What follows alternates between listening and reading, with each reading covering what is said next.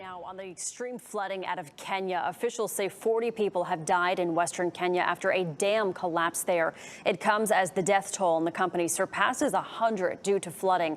This is an aerial view of that flooded river, the Tana River. The Red Cross there says 23 people were rescued after a boat capsized after heading to a village. More people are missing.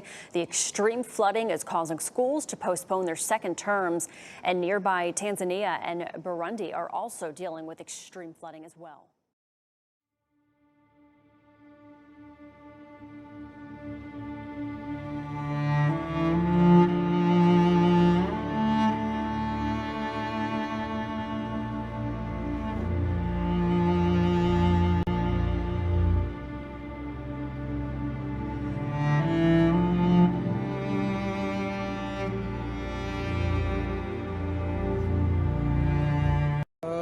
Fire broke out in the TRP gaming zone in the afternoon. The rescue operations are on. The fire is under control. We are trying to retrieve as many bodies as possible. As of now, around 20 bodies have been recovered and they have been sent to the hospital for further investigations. Sir, what kind of investigation will be carried out? Who was the owner? Any idea? The gaming zone is owned by a person called Yuvraj Singh Solanki. We will be registering an offence for negligence and the deaths which have occurred. The further investigation will take once we complete the rescue operations here.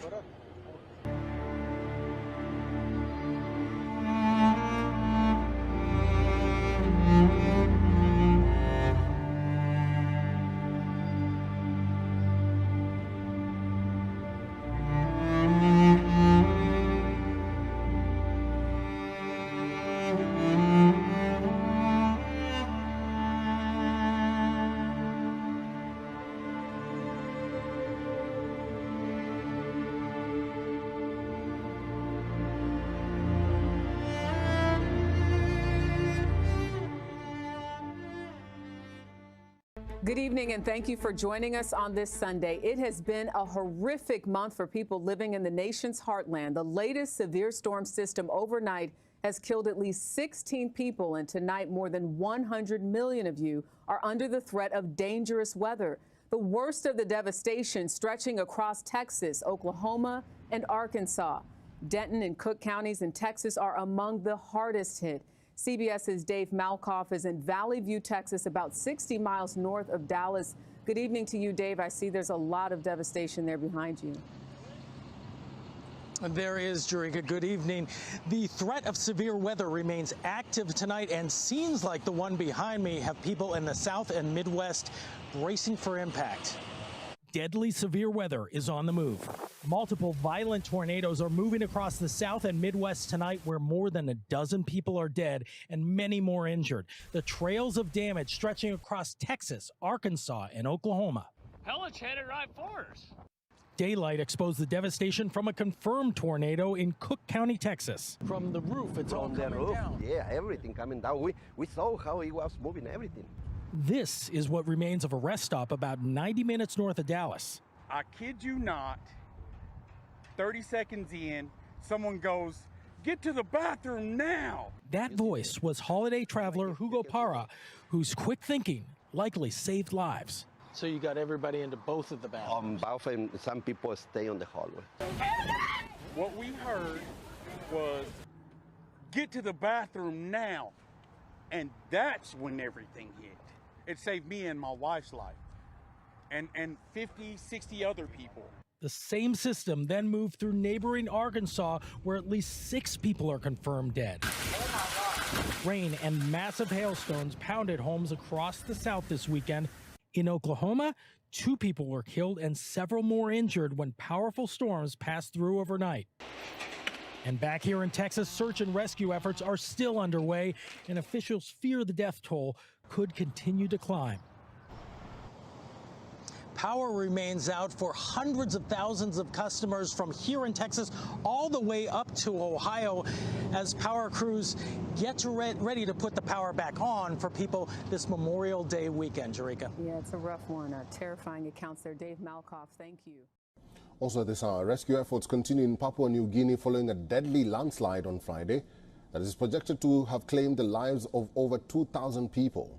According to emergency responders, the landslide has deposited debris up to 8 meters deep across 200 square kilometers. Government authorities have informed the United Nations that over 2,000 people have died in its wake. To give you an estimate, close to 4,000 people are projected to be living in and near the impacted area.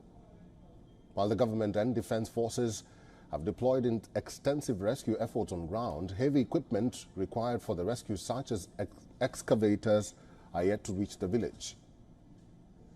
The remoteness and the uneven mountainous terrain are slowing rescue and aid efforts. There's also concerns from rescue operators that the use of heavy machinery may be prevented by the locals up until mourning and grieving obligations for the recovered are fulfilled. The landslide has also rendered a section of the Porgera Highway inaccessible, cutting off certain affected communities. This includes the Porgera gold mine, operated by Papua New Guinea, that is Papua New Guinea, in a joint venture with China. Heart-wrenching videos from ground zero of this calamity have spread across social media sites. In a few of them, villagers and local media teams can be seen scaling rocks, with many digging with shovels, sticks and their bare hands to find survivors.